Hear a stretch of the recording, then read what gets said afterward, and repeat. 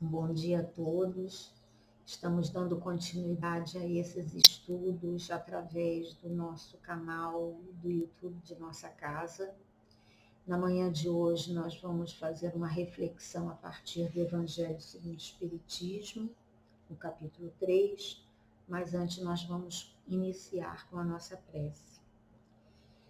Vamos pedindo aos bons espíritos, ao Senhor Jesus, Mestre de todas as nossas horas, que possa nos sustentar o raciocínio e a palavra, para que possamos desenvolver da melhor forma possível os estudos dessa manhã, envolvendo também, Senhor, em bênçãos de paz, saúde e sustentação a todos aqueles que porventura venham a ouvir e acompanhar o estudo, e pedindo também uma bênção especial à nossa casa, aos trabalhadores, frequentadores, a essa cidade, a esse país e a esse planeta. Que possamos, de nossa parte, desde já agradecer pela oportunidade e dizermos graças a Deus. Então, como dizíamos, nós vamos fazer essa reflexão sobre uma passagem do Evangelho, capítulo 3, não saiba a vossa mão esquerda o que dá a vossa mão direita, mas especificamente no item 19. O item 19 é apenas uma pergunta que eu acredito que Kardec fez, e a resposta é uma mensagem espiritual dada por um espírito que apenas se intitulou um guia protetor. É uma pergunta que é muito corriqueira, que é muito usual, que certamente já foi feita por cada um de nós e mais talvez de uma situação, porque é uma coisa da vida.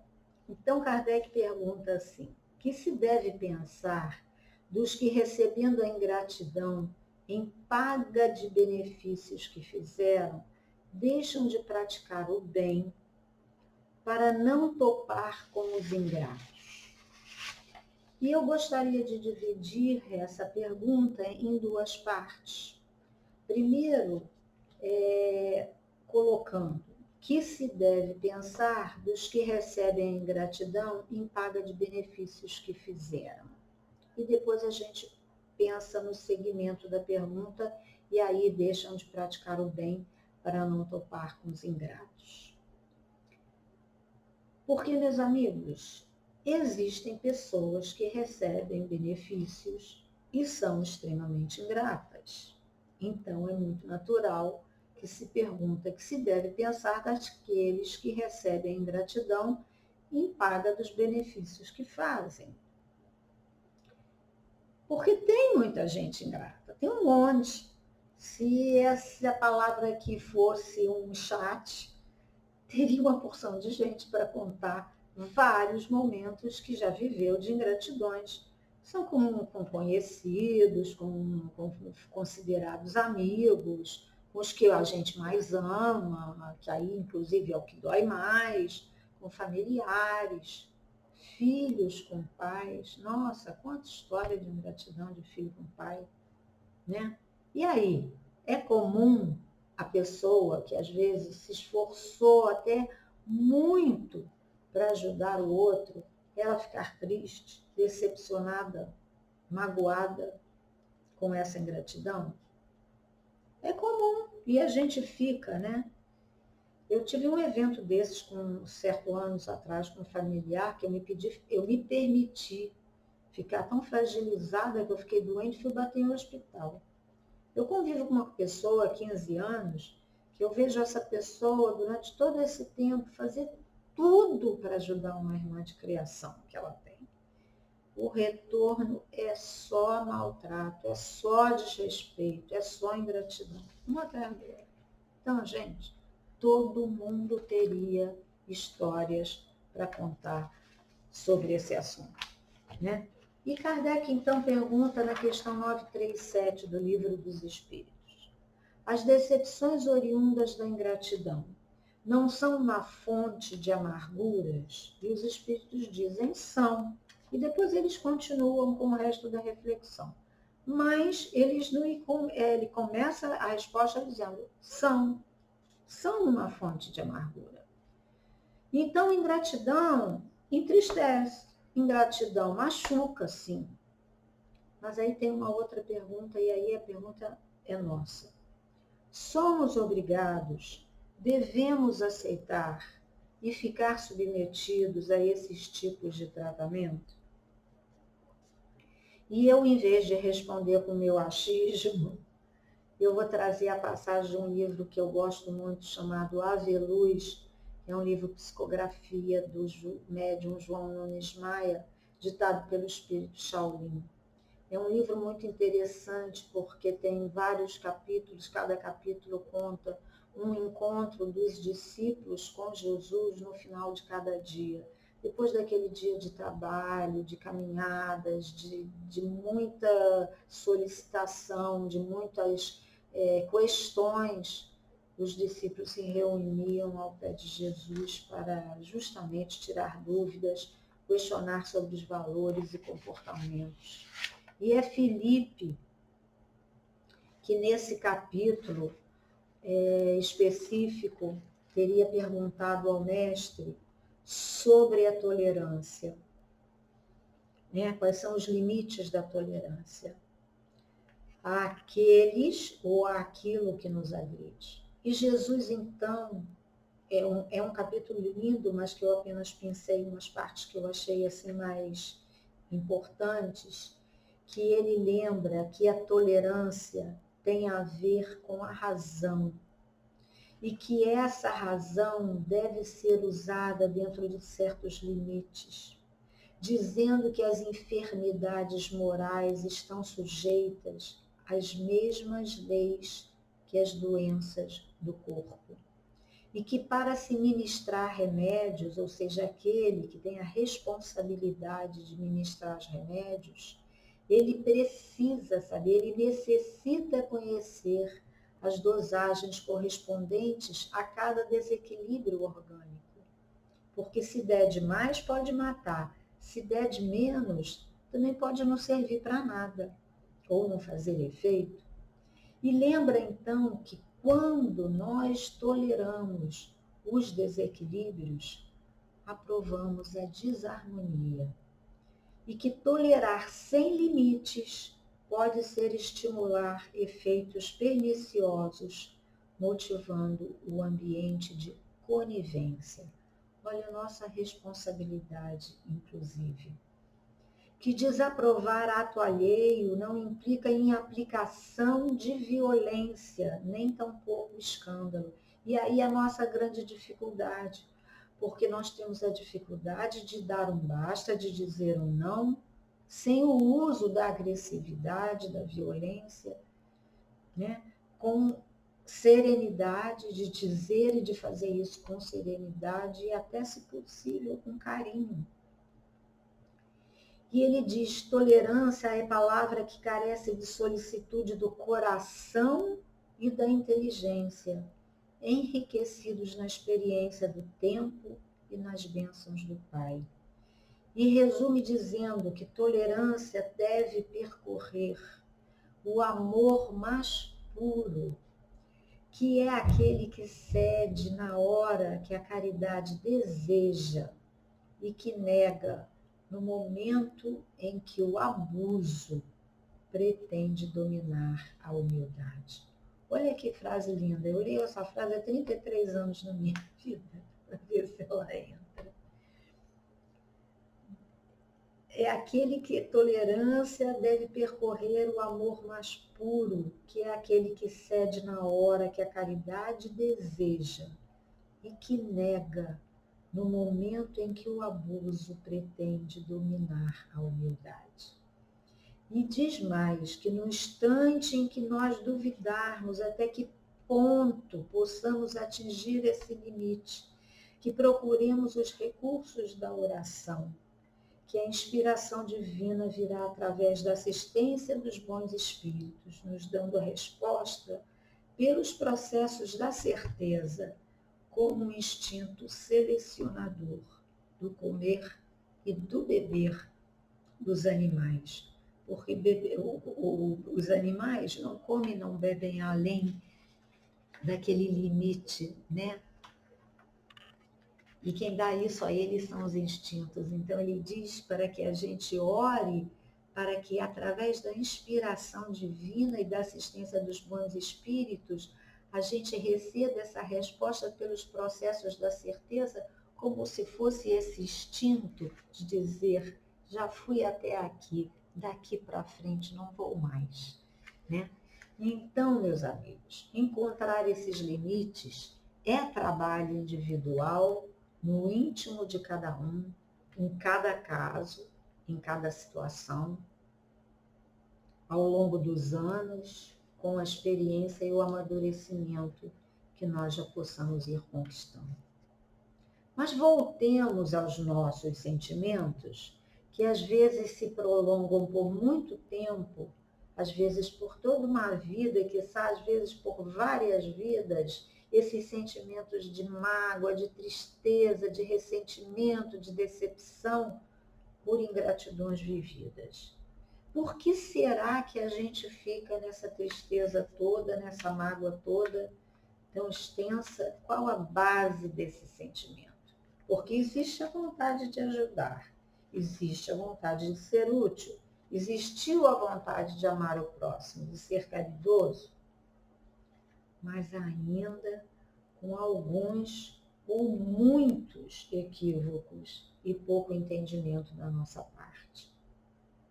Porque pode ser uma vontade de ajudar, mas que espere reconhecimento ou retorno, né, de alguma forma, seja retorno material, espiritual, emocional, de amizade lá, até que seja obrigado, né, esperando o retorno. É a vontade de ser útil, mas que a nossa ação seja percebida e seja valorizada pelo que fizemos. E aí, se não vem, podemos ficar nesse sentimento. É a vontade de amar o próximo, mas é um amor ainda imaturo, é cobrador. É a vontade de ser caridoso, mas também ainda com pouco compreensão do que seja caridade.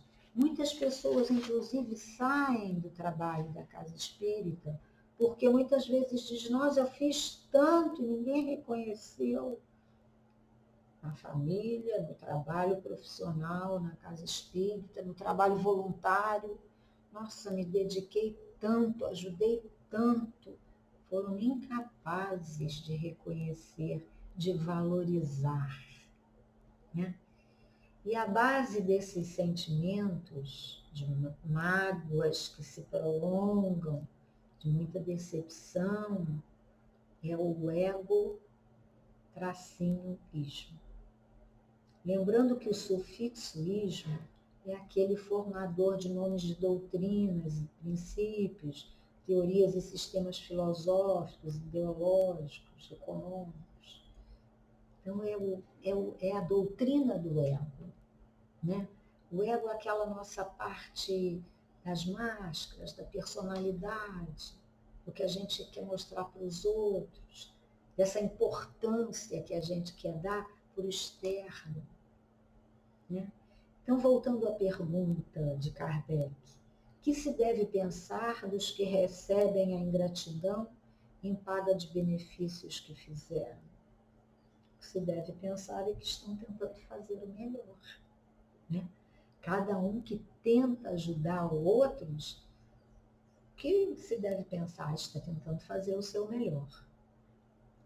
E que a gente pode até lastimar, assim como é dito na questão 937 do Livro dos Espíritos, porque existem, sim, pessoas que ainda não têm a sensibilidade para valorizar o que recebem.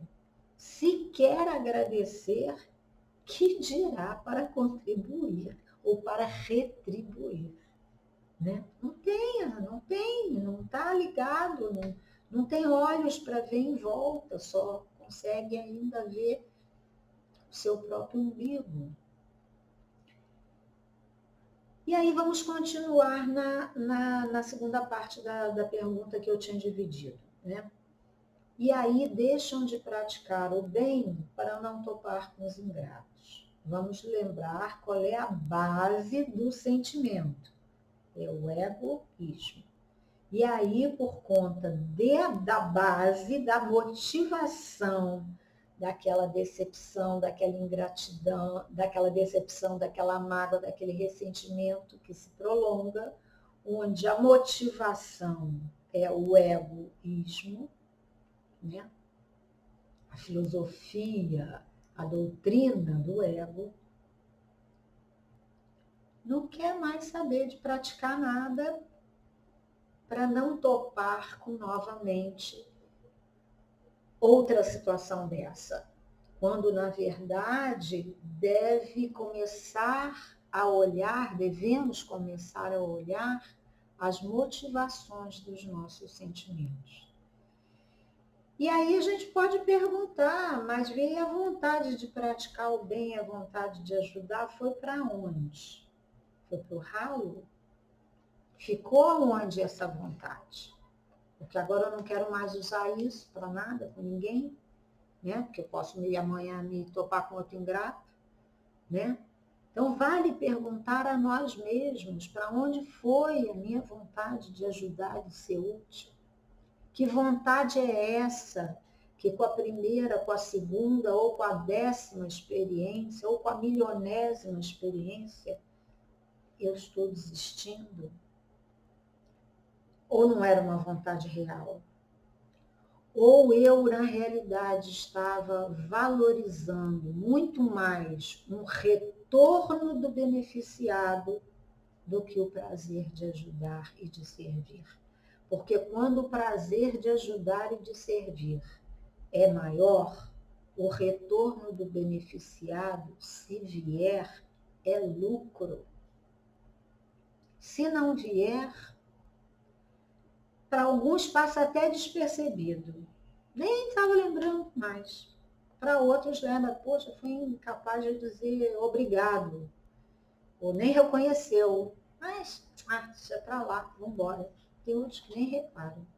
Porque o prazer de servir, de ser útil, de ajudar, já superou essa teoria da valorização do ego. Porque topar com ingratos, nós vamos sempre, inclusive nós, o quanto nós não somos ou já não fomos ingratos com alguém na nossa imaturidade ou até na vida que recebemos. Quantas vezes nós nunca fomos ingratos com as nossas mães, os nossos pais? Já fomos, certamente. Então, a gente precisa rever essa nova vontade de ajudar. Qual é a real motivação? É um convite, no final das questões, como sempre a doutrina espírita nos oferece, é um convite ao autoconhecimento, né? Em sua mensagem, o espírito que se intitula Guia Protetor, ele continua dizendo que nesses que valorizam mais o retorno, a retribuição, o reconhecimento, há mais egoísmo do que caridade. Então é essa balança. Quando uma superar a outra, nós não vamos mais nos importar, pelo menos tanto, com o não reconhecimento. Ele diz, visto que fazer o bem apenas para receber demonstrações de reconhecimento é não o fazer com desinteresse.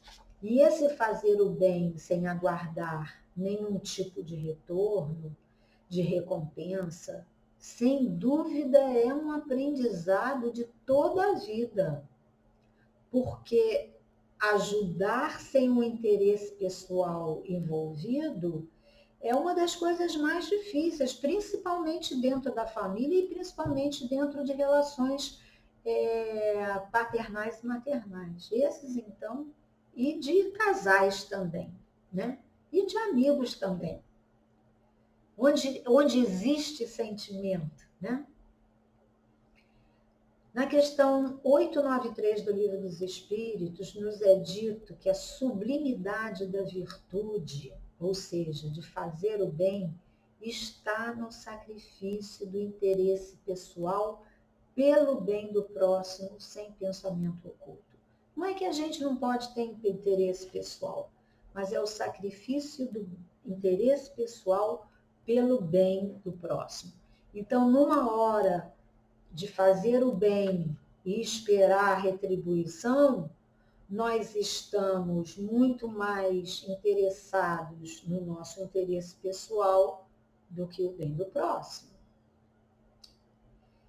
E na 895, Kardec nos coloca que o interesse pessoal é uma dessas situações onde as qualidades morais ficam como num objeto de cobre, quando a douradura não resiste à pedra de toque. Vocês já pegaram algum objeto de cobre? Pega um objeto de cobre, um potinho, uma caixinha, alguma coisa, faz assim com a unha ou com um garfinho, com alguma coisa de metal, que o fundo vai aparecer. Então, aquela douradura que dá aquela tonalidade bonita, não resiste à pedra de toque. Então, ele diz que o interesse pessoal é uma dessas situações onde as qualidades morais ficam desta maneira, como um objeto de cobre. Não resiste à pedra de toque. Às vezes, a pessoa é tida com muito moral, defende a moral, é muito cioso de certos comportamentos. Aí você vai lá e vê algum interesse pessoal dele sendo atingido, né? A história da minha profissão, o meu currículo, a minha imagem, o meu nome, o meu sobrenome. E aí aparece na realidade quem realmente é a pessoa, né? E nos é dito ainda que além do egoísmo, ainda existe também orgulho nessas atitudes, né? Existe também orgulho, porquanto os que assim procedem se comprazem na humildade com que o beneficiado lhes vem depor aos pés o testemunho do seu reconhecimento. De alguma maneira, existe uma motivação de orgulho quando de a gente querer ver o outro se curvar perante um bem que recebeu. É um exercício tão maior para o nosso egoísmo, nós pedirmos, sabermos e aprendermos a pedirmos ajuda do que ajudarmos. Embora saber ajudar com esta qualidade aqui é um aprendizado que nos faz elevar muito. E dentro desse aprendizado, nós, às vezes, nos reconhecermos que quem está precisando de ajuda somos nós, termos a humildade de dizer, me ajuda. Às vezes, até para aquela pessoa que outrora nós fomos ingratos. Assim, a melhor maneira de querer ajudar, diz o Espírito, é não esperar retorno, não esperar agradecimento, não esperar reconhecimento, não esperar nada, justamente para que não haja decepções.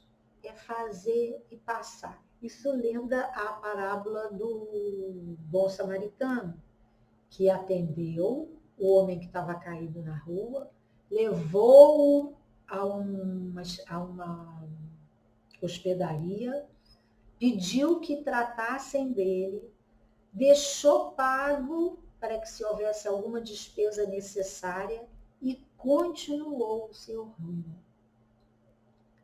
E ele não ficou esperando. Será que quando eu voltar essa pessoa vai me agradecer? Será que essa pessoa vai estar lá esperando para me agradecer? Vai ver até que o cara se curou dos ferimentos, foi embora, nunca mais se ouviu falar daquele bom samaritano. Mas isso a história não conta, a especulação da minha parte, né? Porque se aquele beneficiado também esquece, não reconhece, vamos lembrar, a vida não esquece de nenhuma semeadura.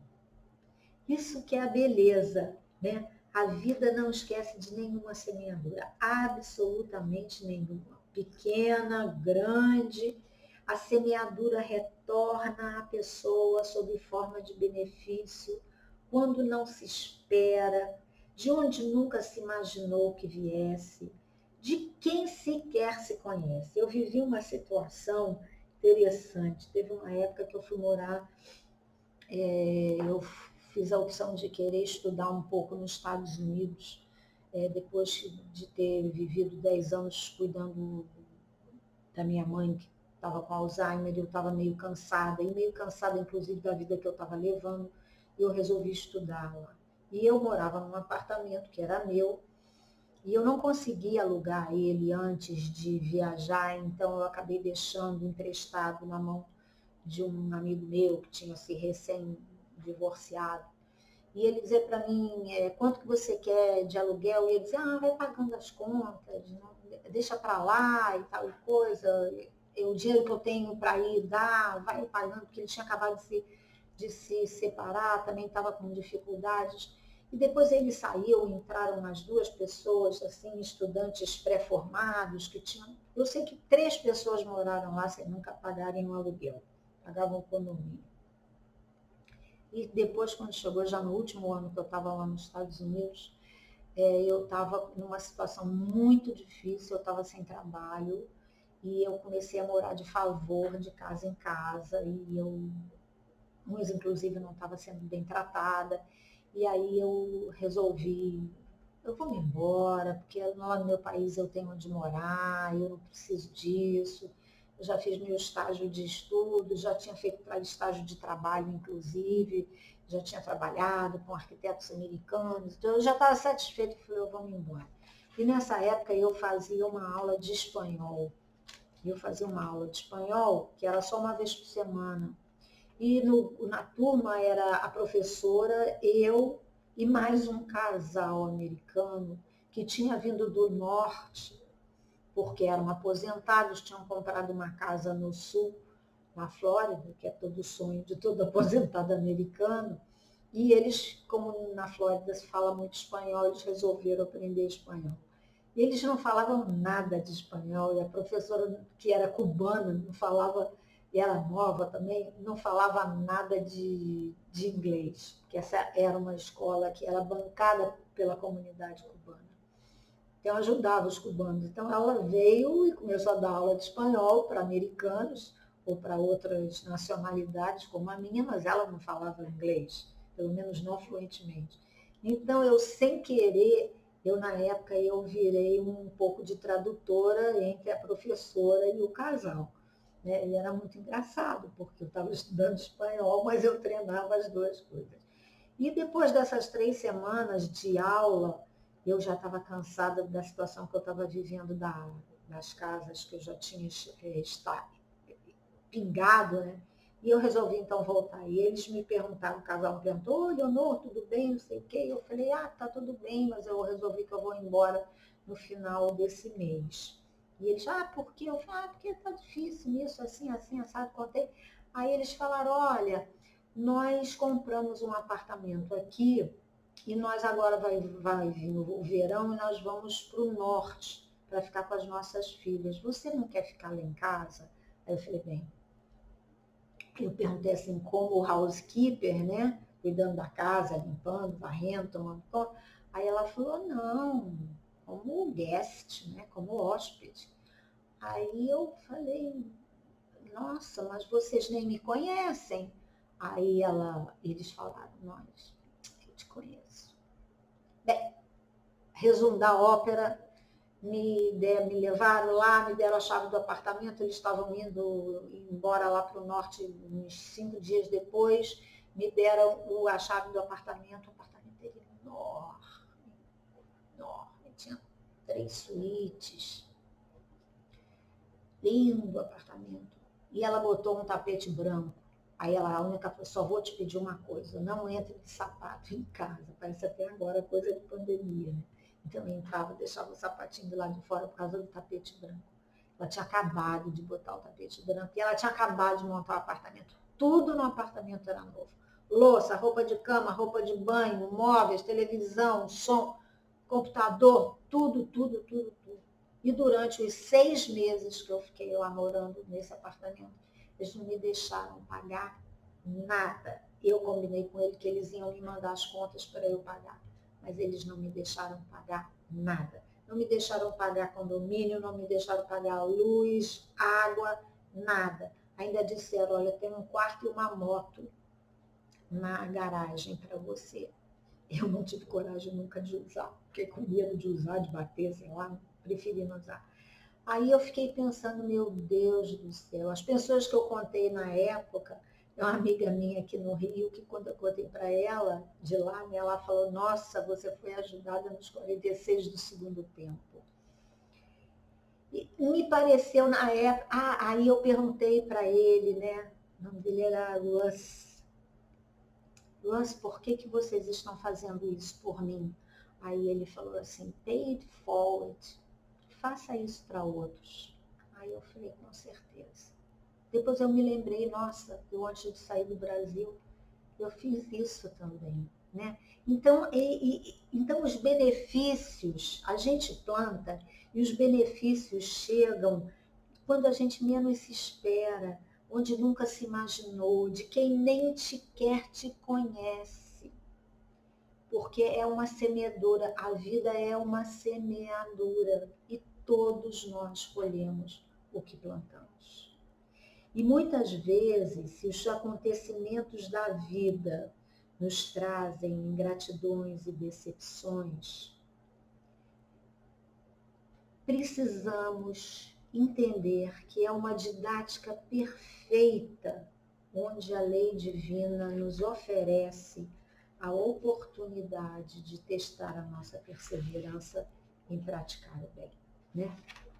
Quanto de perseverança, de resistência a gente realmente quer para praticar aquele bem. Nós ficamos muito presos ao presente do aqui e agora e apenas vemos o que a gente vive aqui hoje, né? A gente esquece que muitas sementes na natureza levam tempos diferenciados e enormes para darem frutos, para florescerem, né? Muitas sementes. Tem sementes que florescem rápido, tem sementes que demoram vidas para florescer. Assim, lembremos a parábola do semeador, né? Mesmo no terreno fértil, tinha semente que só dava 30, outras 60 e outras 100.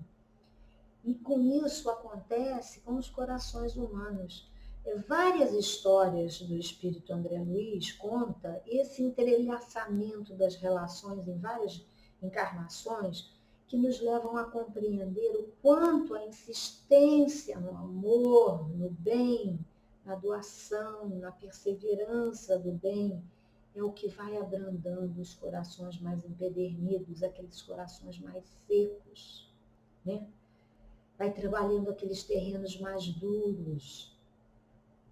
E muitas vezes nos dizem nos livros de André Luiz, quando esses, ao desencarnarem, frente à sua consciência, caem em si, deploram a sua ingratidão, desejam reparar e muitas vezes buscam uma vida de dedicação justamente àquele que foi seu benfeitor.